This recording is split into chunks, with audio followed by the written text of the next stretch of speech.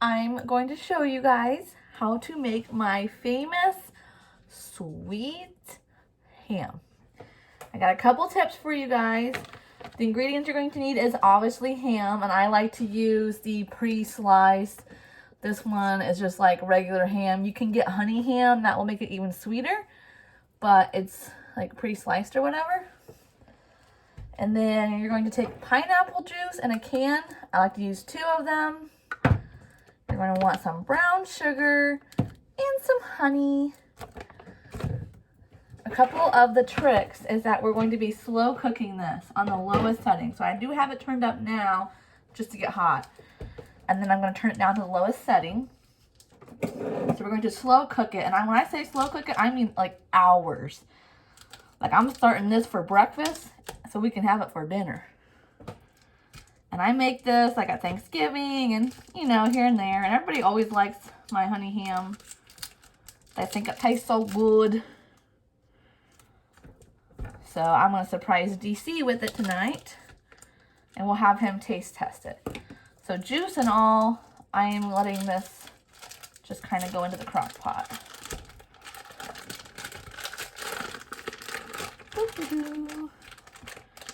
Now, I'm not going to like open it up.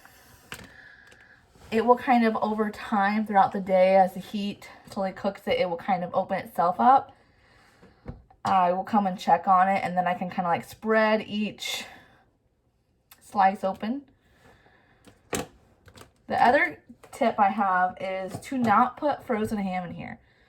The whole point of slow cooking is that it's slowly cooking. So if it's frozen and the juices are not getting into the inside of the ham, the outside is going to cook faster and it's not going to like bath in it as long or whatever you want to call it. Okay. So first things first, I am going to open my pineapple juice. I do not like pineapple. I do not like pineapple at all. But in this recipe, it makes or breaks it, okay? I'm just telling you, it does. Not by itself, but the pineapple juice, just opening it with the ham and the sugar. Okay. You can use however much you want. It's just kind of a personal preference, how big your crock pot is, how much ham we're going to use. But I just have like a small ham here, so I'm just using one. Ooh, you hear that sizzling? That was a pineapple sizzling, y'all. It's so interesting too, because I don't like the flavor of honey or pineapple, but that's like the 2 main ingredients in this. But I think it's something to do with the brown sugar that makes it, you know? Okay. So I got my pineapple in here. I am then going to take my honey. Doesn't really matter what kind. I wouldn't do flavored. I would just do plain. That's just me. And there's no measuring. It's just however much you want. I will say I kind of like, I wish I could show you guys this. Better camera angle. I kind of take the pineapple to the sides because I want the honey to go on top of the ham. The pineapple chunks I don't eat. We give them to our dogs. But they do have moisture in them. And when I put the lid on it, that's going to kind of help like soak up like the slow cooking, you know, because it's going to like condensation's going to rise and it's going to fall back down, whatever. You know what I'm saying. You just kind of, you know, do however much you like. If it was like honey ham, which I do have some in the freezer, I would not put that much honey on it. Now, brown sugar. That is the best part. And honey, let me tell you, you can't use enough, okay? I'm going to use all of it. I don't even care. Don't even care. It was like a little bit less than half a bag. I would say I get like 3 uses out of this size bag. But I don't even care. I'm just drizzling this all over. Gonna put the lid on. Going to turn it down to low, and then we're going to come back in a little bit and we're going to check on it. Look at that. And then I'm kind of going through and making sure that these are all like open and that liquid is getting between them. Just kind of scooting some stuff around. The pineapples I like to put on the sides because that's what burns. And I don't care if they get burnt or not. But I want the ham to get evenly cooked.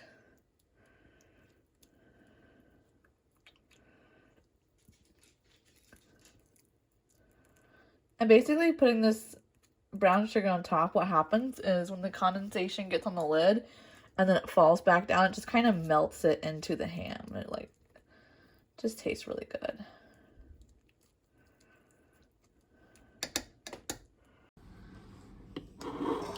All right, guys, so I'm gonna give you a little bit of food porn. I took everything out of the crock pot and put it in here. And we are going to drizzle some of this cheese on it. This is the best, like, queso cheese I've ever found. And partly why I like it so much is it's unflavored. Or not unflavored, but like unspicy. So I can add my own spice to it. So when I have French fries, I'll add a little bit of black pepper to this and eat it with that.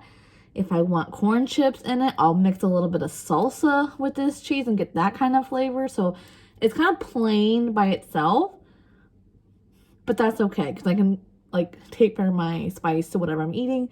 And then when I'm eating this with ham, I just leave it plain because that kind of tastes best to me. So I'm gonna give you some food porn. I like to rip this shit up into a bowl so that I can eat it with a fork.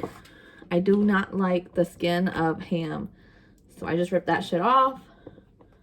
And I put it over the side. I'm going to give it to my dogs usually. Or if there's like any like big fat pieces, then I also put that in the, with the dog stuff. But look at that. It is soft. Ooh, it was slow cooked. It just be pulling apart like pulled pork. So I like to do it this way because then my hands get dirty one time and then I can go wash them and then I can eat the rest with a fork when I'm watching TV or if I'm working or editing videos or whatever. But this shit, like, this turned out really good. And I will say, trying this ham like plain, it is a very sweet texture.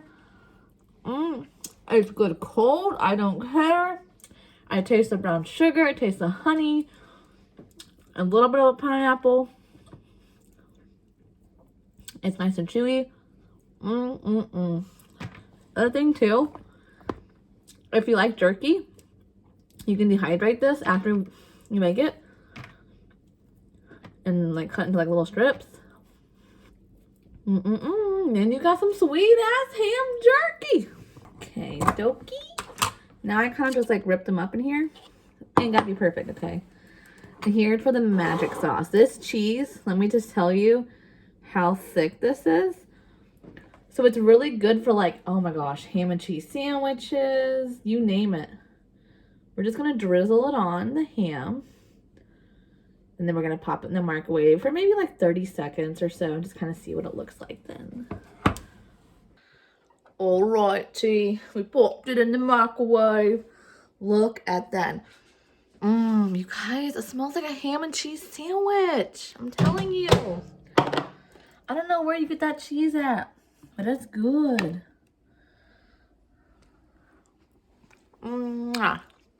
Sweet and cheesy. A perfect ham. Why you tryna buy me food?